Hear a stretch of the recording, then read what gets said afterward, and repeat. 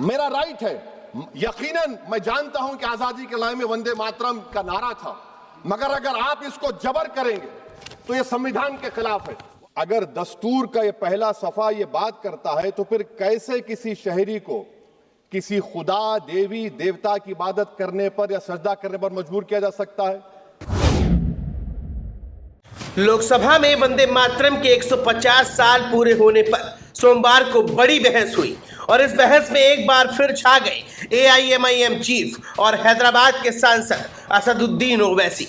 ओवैसी ने शुरुआत से अंत तक सत्ता पक्ष पर निशाना साधा, ऐसी बातें कही कि सदन कुछ देर के लिए सन्न रह गया।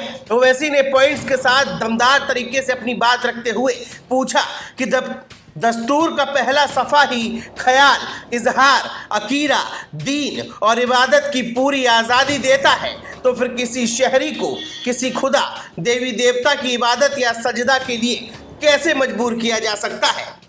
हमारे संविधान का जो प्रियम्बल है वो क्या कहता है? Liberty of thought, expression, belief, faith and worship. अगर दस्तूर का ये पहला सफा ये बात करता है तो फिर कैसे किसी शहरी को किसी खुदा, देवी, देवता की इबादत करने पर या सजदा करने पर मजबूर किया जा सकता है? लेकिन एआईएमआईएम प्रमुख यही नहीं रुके। उन्होंने सीधे सत्ता पक्ष से पूछा कि जनगण मन से इतनी तकलीफ क्यों है। साथ ही तंज कसते हुए ओवैसी ने कहा कि जिन्होंने आजादी की लड़ाई में हिस्सा नहीं लिया वो वतन की मोहब्बत की बात कहेंगे तो गलत होगा। अगर वंदे मातरम मैडम कौमियत का मियार है तो फिर सवाल ये है कि हजरत मोहानी की कौमियत क्या थी जिसने इनकलाब जिंदाबाद का नारा दिया? अगर यूसुफ मेहरली ने quit India, Simon go back का नारा दिया तो उसकी कौमियत क्या थी? अगर हैदराबाद से मौलवी अलाउद्दीन जो मक्का मस्जिद का पहला मुजरिम है काला पानी में, और तुरेबाज खान जो मारकर लाश को लटका दिया गया था हैदराबाद में 8 दिन तक, उसकी कौमियत क्या थी?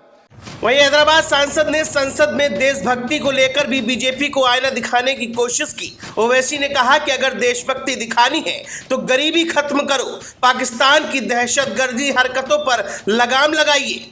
मगर हुब्बुल वतनी का क्या मुतालबा है? हुब्बुल वतनी ये कहता है कि वतन से मोहब्बत है तो जुल्म को खत्म करो, गरीबी को खत्म करो, बेरोजगारी को खत्म करो, जबर का खात्मा करो, अमन का गहवारा बनाओ, पाकिस्तान की दहशतगर्दी को खत्म करो, एक्सप्लॉयटेशन को रोको, शरारत को रोको, मुल्क के खिलाफ की जाने वाली साजिश खत्म करो। इस दौरान एआईएमआईएम चीफ ने वंदे मातरम पर सरकार को 2 टूक शब्दों में कहा कि वफादारी का सर्टिफिकेट हमसे न मांगिए, कि हुकूमत इस पर जोर जबर ना करे। मेरा राइट है। यकीनन मैं जानता हूं कि आजादी के लड़ाई में वंदे मातरम का नारा था, मगर अगर आप इसको जबर करेंगे तो यह संविधान के खिलाफ है। वफादारी का सर्टिफिकेट हमसे मत लीजिए मैडम, खत्म कर रहा हूं। वफादारी का सर्टिफिकेट हमसे मत लीजिए।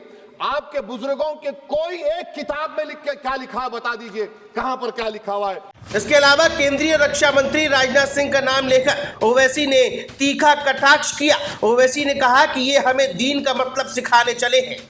मुझे वतन से बेइंतहा मोहब्बत है मैडम, और इंशाल्लाह हमेशा रहेगी, मगर बावजूद इसके कि मेरी मस्जिद, मेरी इबादत गाह, मेरे कपड़े, मेरे कारोबार पर हमले होते, मगर मैं फिर भी कहता हूं कि वतन मेरा, हर वतन को हम छोड़कर नहीं जाएंगे।